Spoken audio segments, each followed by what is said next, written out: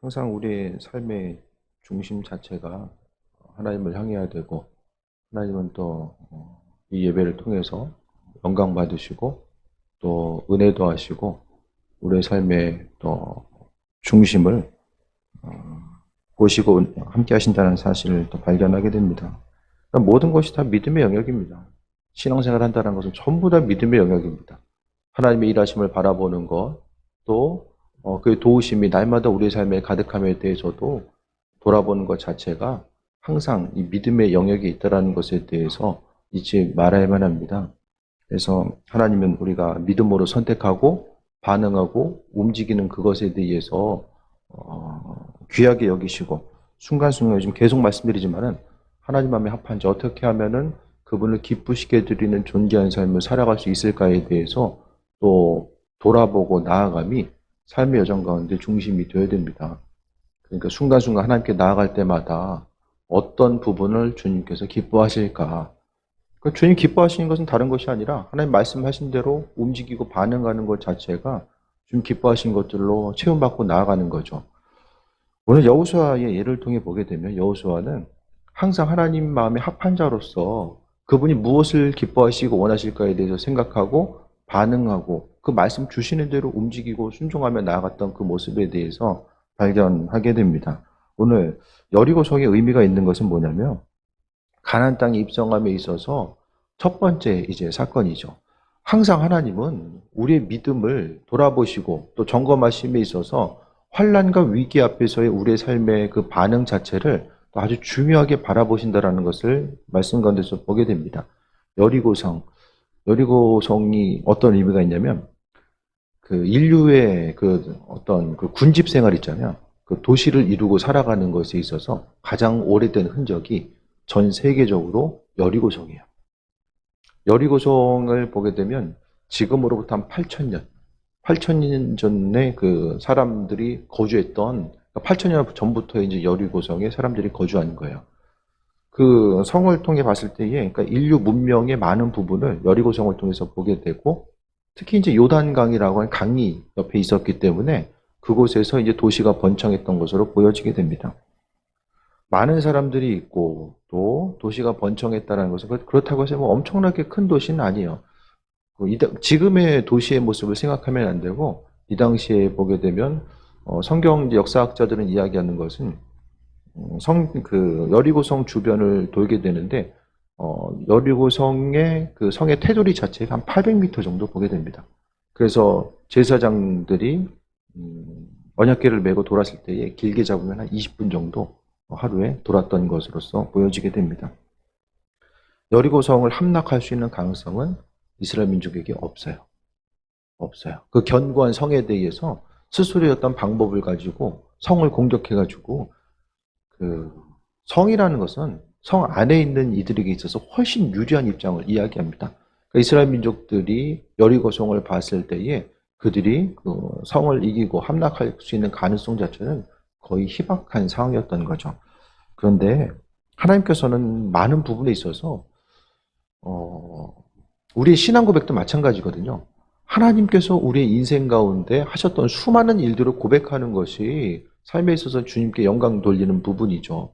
그러니까 삶의 모습이 날마다 뻔해가지고 그냥 뻔한 상태로 뻔한 일이 있다가 할 수 있으면 하고 하기 힘든 일들은 포기하고 나아가는 것이 아니라 눈에 보이는 상황들 자체가 이스라엘 민족들 요단강을 건넌 이후에 처음 만났었던 여리고성, 그 여리고성에 그 바라봤었던 그 이스라엘 민족들과 같이 우리의 삶의 여정 가운데서는 마찬가지고 반드시 넘어야 될 그런 어떤 순간들을 맞이할 때가 있거든요. 견고한 성, 반드시 넘어가야 되는데 스스로의 방법 가지고는 어찌할 줄 모르는 그런 안타까운 순간에 앞에 이제 우리가 서 있을 수 있잖아요. 그러니까 여리고성이라는 것은 반드시 하나님께서 하나님의 도우심과 인도하심이 아니면 정복할 수 없는 땅이 바로 그 성읍이 여리고성임을 이야기합니다. 근데 여리고성이 어떻게 무너집니까?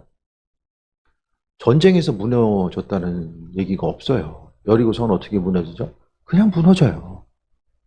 하나님께서 여리고성을 무너뜨리는 그런 부분들을 발견하게 되는데, 마치 이것은 하나님은 성경 곳곳을 통해 보게 되면 기드온과 300명의 용사를 통해서도 그렇고, 오늘 그 기드온과 300명의 용사들이 미디안 족속과 싸워서 이기는데 300명과 이 수만 명의 미디안 군인들과 싸워서 이겨나가는 모습. 하나님이 왜 300명만 남겨놓았습니까?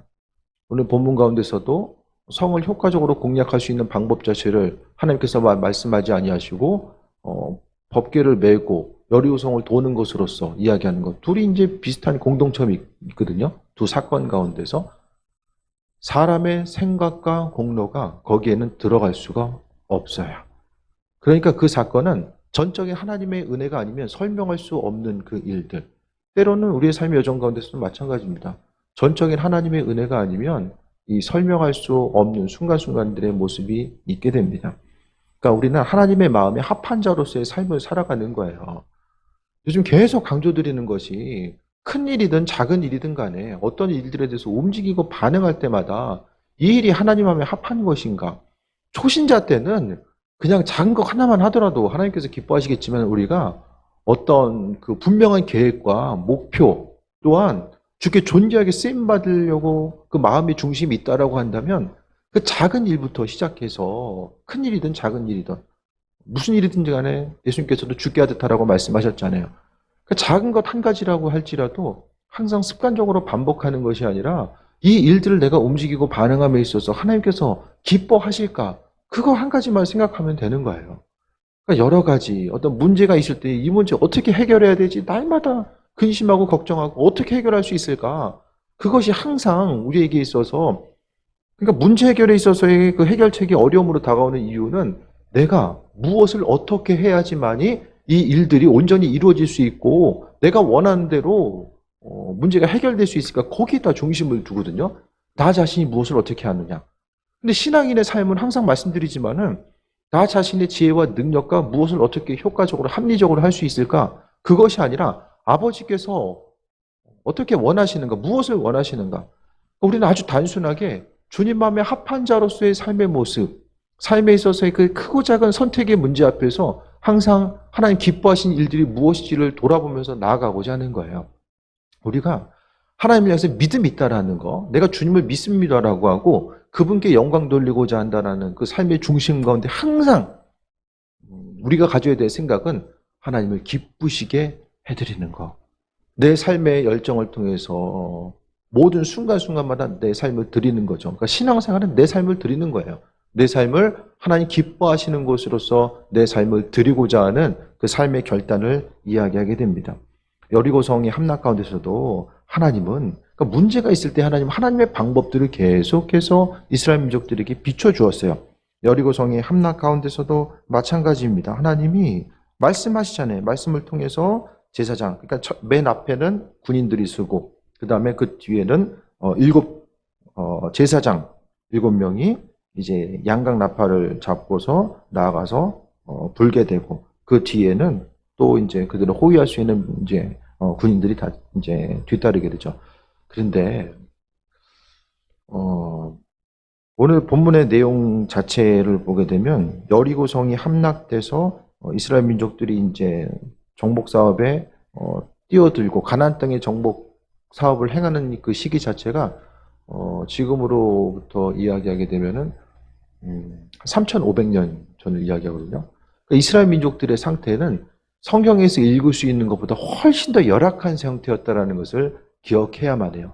여기서 나와 있는 그 무장한 자들 하면은 뭐 대단한 무장한 구절에 보면은 무장한 자들이 나팔 부는 제사장들 앞에 행진하고 후군은 궤를 따르고 궤 뒤를 따르고 제사장들은 나팔을 불고 행진했다. 제대로 모양새가 갖춰진 뭐 어떤 좋은 무기를 들고 어떤 유니폼을 입은 그런 군사들의 모습이 아니라는 거예요. 너무나도 초라한 모습. 제가 뭐가 같다고 그랬어요? 난민 같다고 했죠, 난민. 그러니까 그 난민의 모습과 똑같은 거예요.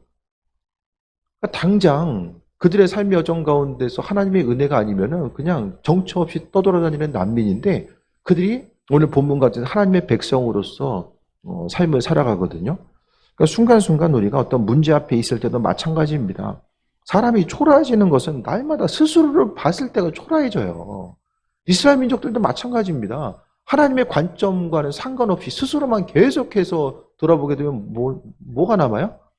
광야 생활하고 광야에서 살아남아가지고 이제는 요단강 건너서 정복 사업을 해야 되는, 가진 것은 아무것도 없는데 그 당시에 있어서 문명을 가지고 있었던 이들과 부딪혀서 싸워 이겨나가야 되는 암울한 상황만 남겨진 거죠. 하지만 그 가운데 있어서도 돌아봐야 될 것은, 여리고성을 함락시키는 것은 하나님은 우리의 사정과 형편을 다 아신다라는 거예요. 이스라엘 민족들이 나중에 보게 되면 다윗과 솔로몬 때, 특히 다윗 때는 어떻습니까? 정규군이 갖춰져 있는 상태죠. 그때는 전장에 나가서 승리할 수 있도록 하나님께서 만들어 주셨어요. 오늘 본문의 이스라엘 민족들은 군대를 모아가지고 전쟁에 나서 승리할 수 있는 상황이 아닌 거예요. 하나님은 그렇기 때문에 하나님의 방법대로 이루시고 인도하심을 우리에게 비춰주고 있습니다. 그래서 하나님은 제사장이 움직이고, 또한 우리가 보는 것처럼 언약궤는 하나님의 임재의 상징이죠. 그래서 법궤, 언약궤를 볼 때마다 이스라엘 민족들은 하나님이 우리와 함께 하신다라는 사실에 대해서 잊지 않고 끊임없이 그것을 바라보게 됩니다. 그래서 하나님이 다른 것이 아니라 법궤를 가지고 먼저 돌라고 이야기했던 것은, 우리가 무슨 일을 하든지 간에 하나님의 말씀이 먼저 움직여야 되고, 나머지는 그 뒤를 뒤따라가야 되는 거예요. 하나님 말씀의 의미성 자체가 무엇인지를 분명히 깨달아 할 수 있도록 비춰주셨다라는 거예요. 하나님을 소중하게 여긴다라는 것은, 그러니까 하나님 말씀을 소중하게 여긴다라는 것이고, 그 말씀이 무슨 의미성인지를 분명히 깨달아 아는 거죠. 그래서 낮에도 청년들한테 이제 성경 읽기를 권면하면서, 불과 1500년대까지만 해도 성경이 집 한 채 값이야, 집 한 채 값. 성경 한 권이 거의 수억 원이에요. 있어도 읽으려고 하면은 라틴어를 모르니까 읽을 수가 없는 거예요. 말씀에 무지할 수밖에 없는 그런 상황. 그러니까 하나님 말씀대로 뜻대로 살아갈 수가 없는 거예요. 말씀에 뭐가 기록된지를 모르니까. 설교 말씀을 통해서 그 당시 이제 미사의 강요를 통해서만 알 수 있었지, 정확하게 스스로 말씀의 본질이 무엇인지를 몰랐기 때문에 행할 수가 없었다라는 거예요. 하지만 우리는 여호수아 시대, 성경 시대보다 우리는 하나님 말씀을, 그러니까 완전한 이 하나님 말씀이 모든 사람의 손에 들려지게 된 것이, 제가 생각하기에는 종교개혁 이후에서도 한참 더 지나가게 되거든요. 그러니까 우리가 지금처럼 성경책을 소유하고 부담 없이 소유하고 읽을 수 있는 이런 상태로 놓여진 것 자체가, 제가 보기에는 아주 길게 잡아서, 아주 길게 잡아서 300년, 대략 200년 정도 보면 돼요. 200년 안에 존재했던 사람들이 성경책을 소유하고 나아가는 거죠.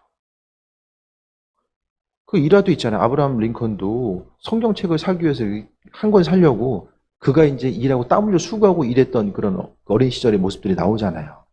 그러니까 이 성경책 자체가 하나님 말씀이 우리 안에 있고, 이 말씀을 통해서 우리는 하나님의 지혜를 배우고 나아가는 것. 그러니까 성경 시대는 뭐 예수님의 제자들은 그 말씀에 있는 예수님을 살아서 예수님의 행하심을 다 보고 듣고 경험했고, 구약 시대에는 하나님께서 다 말씀하셨으니까, 제가 전해드렸죠. 구약 시대 하나님 왕과 선지자 제사장에게만 말씀하셨다고. 특별히 기름 부음 받은 사람들에게만 하나님은 말씀하셨어요. 그분의 기적을 볼 수 있는 기회는 있었지만은 구체적으로 말씀을 통해서 교제하는 것은 일부분의 사람이죠. 그러니까 우리 이 성경 말씀을 통해서 하루하루 살아간다라는 것 자체는 너무나도 혜택받은 거. 그 어느 시대보다도 이 시대는 하나님의 말씀을 혜택으로서 입고 살아가는 존재입니다. 그렇기 때문에 우리는 하나님께서 순간순간 말씀하시는 것들을 경험할 수 있어요. 그러니까 어떤 문제 앞에 섰을 때 이거 돌파해야 되는데, 인생을 살다 보면 살짝 피해가야 되는 것들도 있고, 피하는 것이 오히려 나을 수도 있는데, 그런데 반드시 이거를 여리고성처럼 무너뜨리지 않으면, 여리고성 피해가면 어떤 일이 발생합니까? 위아래에서 협공당하는 거예요. 반드시 우리나라의 그 전쟁사도 보게 되면은 반드시 성을 무너뜨려야 될 성들이 있거든요. 못 무너뜨리면은 한참 가다가 후방에서 와가지고 공격당하는 거예요. 여리고성도 마찬가지입니다.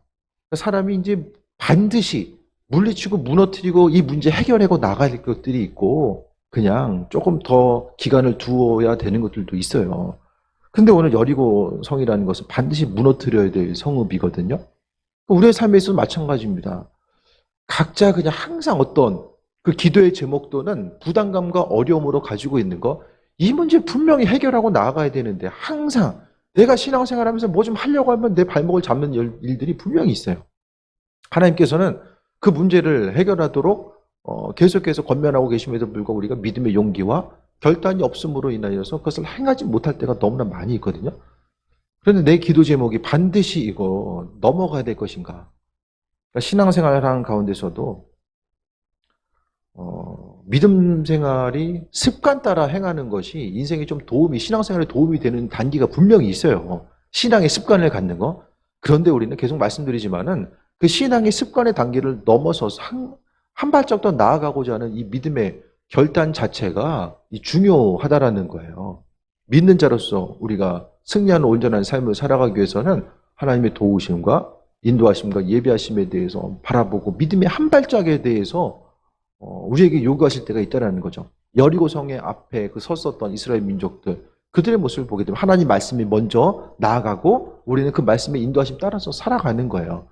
하나님 말씀과 반대되는 것은 우리의 생각을 가지고 눈앞에 펼쳐진 것을 판단하고 임의로 판단하는 거죠. 그리고 할 수 있는 것과 없는 것에 대해서 스스로 생각하고 나누고 그런 것이 아니라 믿음으로 반응한다라는 것, 말씀대로 살아간다라는 것.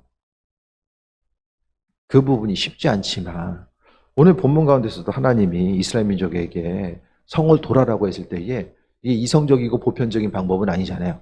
전쟁이 있을 때 무너뜨릴 수 있는 방법을 찾아야지 법궤 들고 돈다고 해서 그것에 대해서 따라가기가 이성적인 방법은 그걸 할 수가 없거든요.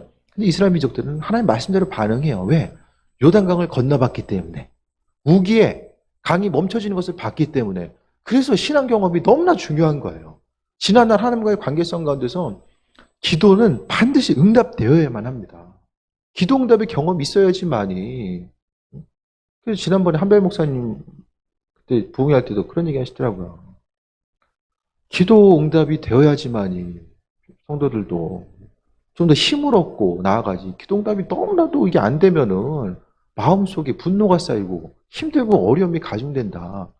그렇기 때문에 기도 응답이 돼야 되는데 기도 응답은 어떻게 됩니까? 믿음으로 반응하는 거죠. 믿음으로 마음을 쏟고자 하는 이들 하나님께서 책임지시고 함께해 주십니다. 하나님의 살아계심의 역사, 하나님은 우리의 기도 제목을 응답하시기 위해서 더 힘쓰시는 분이지 어떻게 하면 좀 인색함으로 나아갈까 그런 분 아니잖아요. 그러니까 지난날에 있었던 신앙의 고백, 요단강을 건넜던 그들의 경험이 하나님의 말씀에 순종할 수 있는 그런 하나의 근거로서 작용됩니다. 그랬을 때에 10절에 여호수아가 백성에게 명령하여 이르되 너희는 외치지 말며 너희 음성을 들리게 하지 말라. 너희 입에서 아무 말도 내지 말라. 그러하다가 내가 너에게 명령하여 외치라는 날에 외칠지니라고. 아무 말 하지 말고 그냥 하나님께서 행하시는 일들을 바라보라는 거예요. 그러니까 이스라엘 민족들이 법궤를 가지고 여리고성을 도는 이런 과정들 자체는 하나님께서 그 전쟁의 주인 되신다라는 사실을 선포하는 것이고 상대적으로 여리고성 안에 있는 이들이 바깥을 보았을 때에 두 가지 생각이 들었을 것 같아요. 먼저는 좀 뭐 하는 거지?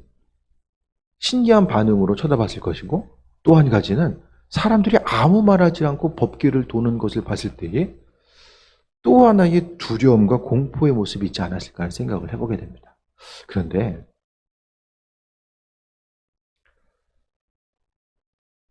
여리고성에 있는 사람들은 이스라엘 민족들이 요단강을 건넜다는 사실을 알고 있었겠죠. 우기 때는 배가 없으면 못 건너요. 건널 수단이 있어야지 요단강을 건너는데 분명히 여리고성 안에 있던 사람들은 알고 있었을 거예요. 요단강을 어떻게 건넜는지. 그리고 하나님의 백성들에 대한 소문이 우리가 기생 라합을 통해서 알 수 있는 것처럼 그 소문이 나잖아요. 여리고성에. 그러니까 이스라엘 민족들이 그 가나안에 정착하는 이 순간순간이 다 하나님의 도우심과 인도하심, 기승전결 마지막까지 다 하나님의 인도하심이죠. 그리고 여리고성을 넘어서 이제 산지를 정복해 나가는 과정 가운데서도 이스라엘 민족들이 힘이 없으니까 하나님은 하늘에서 우박이 떨어지는 그런 사건들을 통해서 그 전쟁에 승리할 수 있도록 인도하시고 함께 하셨던 모습에 대해서 보게 됩니다. 12절 보면 또 여호수아가 아침에 일찍 일어나니 제사장들이 여호와의 궤를 메고 또 행진하고 또 14절에 둘째 날에도 그 성을 한 번 돌고 진영으로 돌아오니라. 엿새 동안을 이같이 행하니라. 15절에 일곱째 날 새벽에 그들이 일찍 일어나서 전과 같은 방식으로 성을 7번 도니 그 성을 7번 돌기는 그날뿐이었더라라고 합니다. 때로는 이해되지 않아도 움직이고 반응하는 거예요.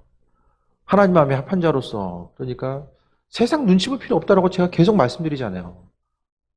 하나님 마음에 합한 자로서 그분 어떻게 하면 기쁘시게 해드릴 수 있을까?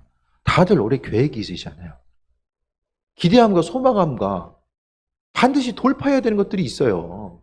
그 돌파해야 되는 것들은 하나님 마음에 기쁘시게, 하나님을 기쁘시게 해드릴 마음에 합한 자, 그리고 그분께서 마음 주셨을 때에 믿음으로 반응하고 움직이는 거죠. 그러니까 하나님은 성경에 보니까 말씀대로 그대로 순종하고 반응하는 사람들 제일 기뻐하시더라고요. 반대로 불순종하는 사람들을 향해서 하나님께서 책망하시고 순종하는 이들을 향해서 하나님께서는 아낌없이 허락하신 그 은혜를 보게 됩니다.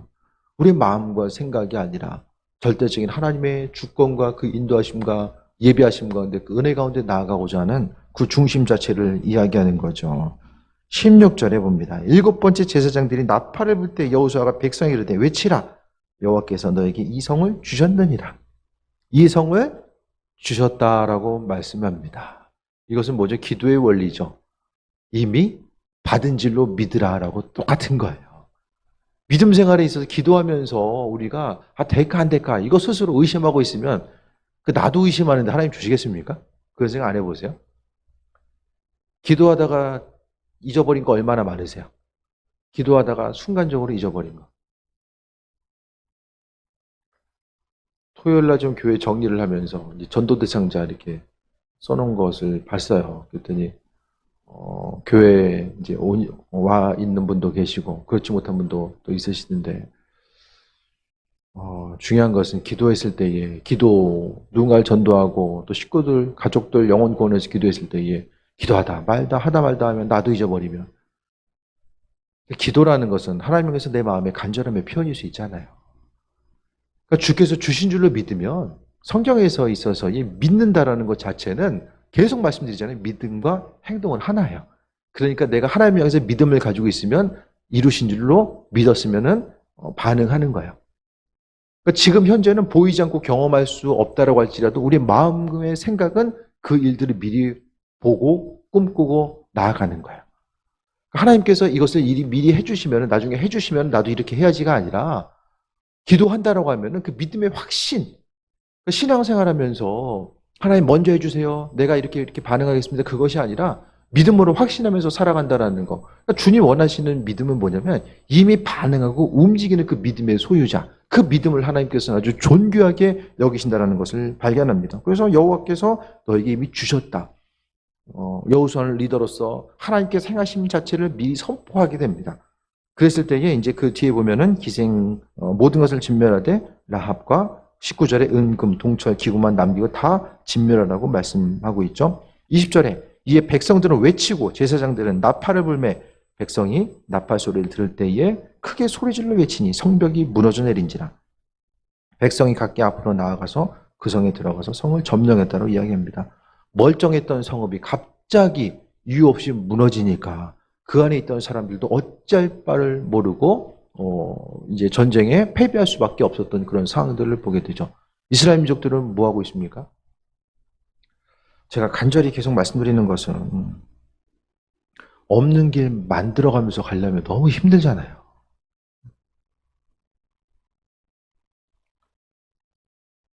길을 만들고 한다는 게 얼마나 힘들어요. 시간도 오래 걸리고. 근데 만들어져 있는 길을 달려가면 수월하게 나아갈 수 있잖아요.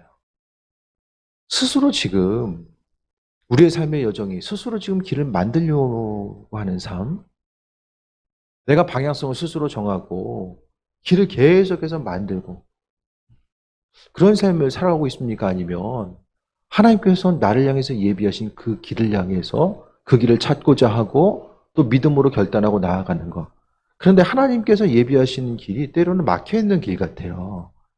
요단강이 계속해서 흐르고 있고 또 오늘 본문에 나오는 여리고성이 견고하게 서 있는 것처럼 하나님의 일하심 자체가 때로는 우리의 삶의 여정 가운데 하나의 그 넘어갈 수 없는 벽과 같이 이렇게 느껴질 때가 많이 있거든요.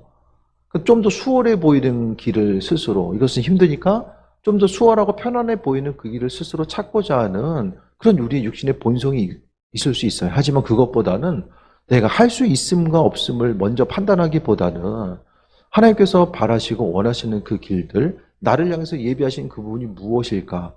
그것에 대해서 계속해서 두드리는 거예요. 두드린 자에게 하나님께서 열어주시면 말씀하고 있잖아요.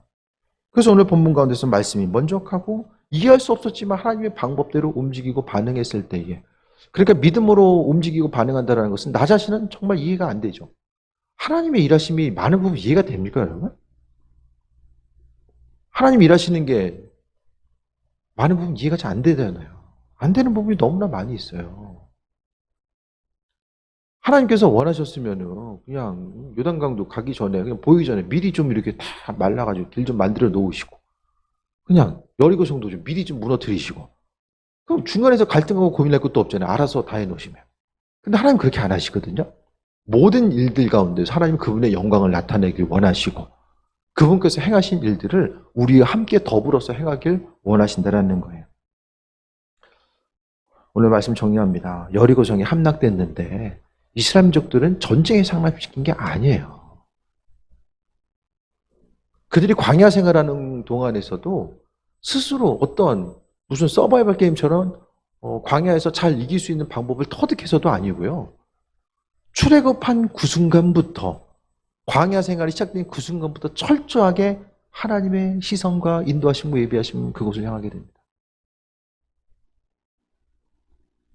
그래서 성경학자들은 애굽에서 이후의 광야 생활을 하나님과 이스라엘 민족들 간의 허니문의 시간이었다라고 평가하는 거예요. 눈에 보이는 순간은 고통과 좌절과 절망과 어려움의 순간이었지만 항상 그들이 광야에 있었기 때문에 하나님은 이스라엘 민족들을 향해서 시선을 돌리지 아니하시고 날마다 은혜로 충만함 함께 하시고, 하나님께서 만나를 주심으로 인해서 날마다 그들은 하나님이 우리를 공급하시는구나, 이스라엘 민족 전체가 살아계신 하나님을 날마다 경험할 수 있는 그 순간이 인류 역사상 그들 민족 가운데 어느 순간 있었는가? 없었어요. 모든 이들이 함께 경험했던 것이 바로 광야였습니다. 때로는 우리가 어떤 기도의 제목들이 있고 여리고성과 같이 견고해 보이는 성 앞에 우리가 놓여져 있는 그런 환경이 있을 수 있거든요. 하지만 그 순간을 통해서 하나님은 그 어려움 앞에서 우리가 좌절하고 절망하는 것이 아니라 하나님께서는 또 다른 차원의 깊은 관계성으로 우리를 이끌고 계시는 것이 아닌가, 그것에 대해서 돌아봐야 됩니다. 문제 앞에서 있을 때에 하나님의 명령 따라, 말씀 따라, 하나님의 말씀이 먼저 가고 우리가 뒤따라가고 은혜 가운데 나아가고자 했을 때에 이스라엘 민족들이 어떤 성을 무너뜨리기 위해서 나아갔으면 수많은 피해와 환난과 어려움이 있었을 거예요. 그런데 하나님의 일하심을 발견하는 그 순간 이들은 말씀대로 움직이고 반응함을 통해서 단순히 이들이 가졌었던 것은, 이스라엘 민족에게 필요했던 것은 성읍이 단순히 무너졌다는 것이 아니라 하나님이 그들 민족 가운데서 주인 되셔서 여전히 역사하고 계신다는 사실을 인식하는 거죠. 이스라엘 민족들의 많은 이들이, 그들은 뭐라고 생각하냐면은 이스라엘 하나님은 광야의 하나님이기 때문에 광야를 지나서는 더 이상 힘을 발휘할 수 없을 것이다라고 시대적 상황 가운데서도 이제 고대 시대의 사람들의 생각이 그랬다는 거예요. 하나님은 그런 생각을 깨트리시고 이스라엘 민족들 가운데서 가나안 땅에 정착해 나아가는 그 순간까지 하나님은 그들의 주인 되셔서 일하시고 함께 하신다라는 사실을 이야기하는 거죠. 어떤 문제와 환란이 있을 때에 엄밀히 이야기하면 그 문제가 해결됐다라는 것보다도 기도함을 통해서 하나님은 내가 기도하는 그 순간을 기억하시고 내 기도 제목에 하나님이 응답하셨다는 것 자체가 우리의 삶에 있어서 더 큰 은혜와 기쁨의 요소로 다가오게 됩니다. 삶의 순간순간, 고난의 순간을 통해서 만나게 된 하나님의 은혜가 있고 기쁘고 평안함 가운데 만나게 된 하나님의 은혜가 존재하게 됩니다. 오늘 이스라엘 민족들이 첫 번째 전쟁 가운데 필요했던 것은, 이 전쟁은 하나님이 행하신다라고 하는 그 사실이 이스라엘 민족들의 머릿속에 각인되는 사건으로 나타나게 됩니다. 그래서 아이성에서의 실패 사건 가운데서도 그들이 금방 회복할 수 있고 돌이킬 수 있었던 것은 바로 하나님이 전쟁의 주인 되신다는 것. 구약시대에 일하셨던 하나님이나 지금 이 시대의 구월동에서 일하시는 하나님이나 마찬가지입니다. 마음의 중심은 하나님은 우리에게 이 성경 말씀을 통해서 그분의 살아계심과 인도하심을 더 많은 부분 우리에게 비춰주셨다는 거예요. 성경이라고는 이 혜택을 입고 있는 우리들, 인류의 그 어떤 시간보다도 지금 말씀의 풍요의 시대를 살아가고 있는 이때에 우리가 하나님 말씀 가운데 어떻게 반응하고 움직일 것인가에 대해서 분명히 인식하고 서두에 말씀드렸던 것처럼 하나님 마음에 합한 자, 이제는 하나님의 크신 역사를 보길 원하고 이 마지막 때에 존재하게 쓰임받고자 하는 이들은 삶에 있어서 행동 한 가지 한 가지를 극히 조심해야 됩니다. 기도하고 말씀 가운데 나아가고 예배하고 사람들과의 만남과 관계성도 다 마찬가지입니다. 정말 하나님의 일하심과 능력을 보길 원하는 사람. 오늘 이스라엘 민족들이 여리고성을 돌 때도 말하지 말라고 하잖아요. 한마디 할 수 있는데 그거 하지 말라고 하잖아요. 극히 조심해야 돼요. 하나님 말씀에 관심을 기울이고 그분 마음에 합한 자로서의 삶을 살기 위해서 삶을 정리하고 마음의 중심을 끊임없이 돌아보면서 아버지 마음에 합한 것이 무엇인가를 돌아보고 버리고자 하는 것. 심령의 자정작용이 있어줘야 되고 그것을 위해서는 날마다 하나님 앞에 회개하는 거죠. 주님 보시기에 합하지 않는 것들. 회개하지 않으면 무슨 일이 일어납니까? 사단은 그냥 움직이지 않아요. 우리 심령 가운데 죄가 있을 때 죄를 근거로 해서 사단을 공격합니다. 하나님의 허락하심이 있어야지만이 그러니까 죄가 있는 곳에 사단의 역사가 있는 거예요. 그러니까 사단이 우리 심령 가운데 틈타서 내가 하나님 보시기에 합한 것을 누릴 수 있어야 되는데 사단이 우리의 죄를 근거로 해서 누리지 못하게 하거든요. 그러니까 날마다 기도함을 통해서 우리의 마음과 소원을 아뢰는 것도 중요하지만 회개 기도도 무엇보다 중요합니다. 그래서 우리 심령이 정결케 되고 항상 내가 하나님의 역사를 바라보게 되고 성경에서 하나님을 경험한 사람들은 어떤 사람들이에요? 절제하고 하나님의 백성으로서의 삶을 살고자 하고 마음과 생각을 그분께 드리고자 하고 작은 것이라고 할지라도 하나님 보시기에 합한 자로서 삶의 중심을 드리고자 했던 그 한 사람 한 사람. 스스로의 삶을 내가 하나님 보시기에 합한 삶을 살아가고 있고 주께 영광 돌리는 삶을 살아가고 있는지에 대해서 돌아보는 거예요. 우리의 삶의 모습 자체가 주님 보시기에 합한 자로서. 그러니까 믿음의 연륜이 더해지면 더해질수록 작은 것에 더 조심해야 됩니다.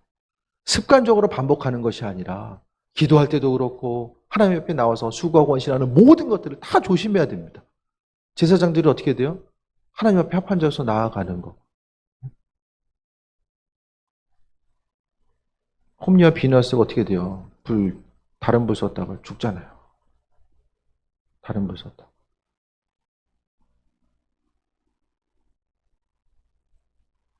하나님의 재물을 다른 방법으로 사용하고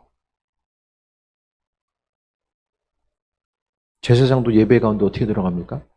그러니까 연륜이 더해지고 신앙의 연륜이 더해지고 하나님의 백성으로서의 온전한 삶을 살아감에 있어서 책임감이 더해질수록 조심해야 돼요. 대제사장이 1년에 한 번 대속죄일에 제가 전에부터 말씀드렸죠. 지성소에 들어갑니다. 그러면은 몸에 줄을 묶고 들어가요. 대제사장이 죄가 있고 죄가 문제 해결이 안 되면 그럼 바로 죽어요. 그럼 아무도 못 들어가요. 그러니까 줄로 싹 끌어내요. 그리고 이제 방울을 달고 들어가죠. 방울 소리가 안 나면 죽은 거예요. 그리고 나오는 거예요.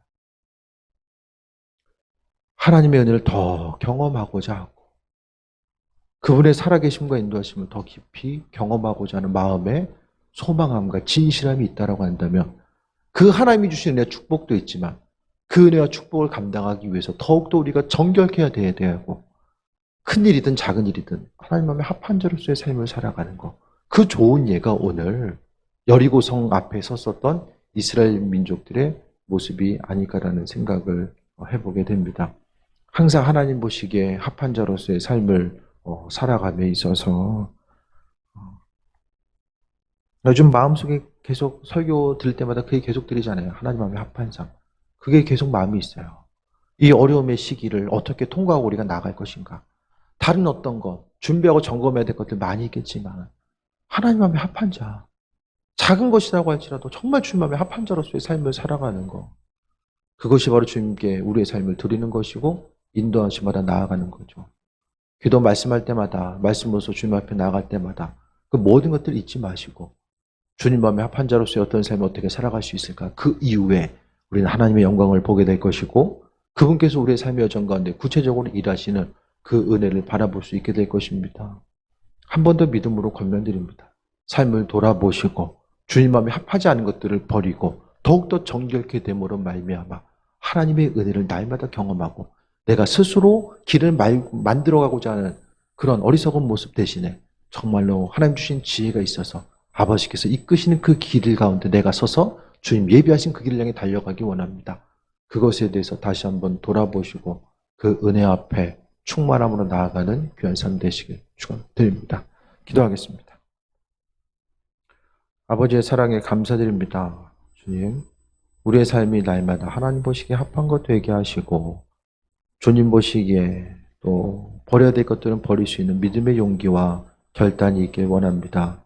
아버지 하나님 우리의 삶을 받으시고 인도하여 주시며 하나님의 말씀대로 살기에 몸부림치는 모든 이들 하나님의 방법대로 채우시고 인도하여 주옵소서. 때로는 인생의 광야와 같은 시간을 걷고 있는 이들 아버지 하나님 그 순간을 통해서만이 경험할 수 있는 하나님과의 더 깊은 교제의 자리로 나아가게 하시고 아버지의 공급하심과 일하심과 인도하심을 날마다 경험할 수 있도록 하나님 약속대로 이루시고 지키시고 함께하여 주옵소서. 모든 것이 다 하나님의 은혜입니다. 강건함으로 지키시고 하나님을 경험할 수 있는 날마다의 삶으로 인도하옵소서. 감사드립니다. 예수님의 이름으로 기도드립니다. 아멘.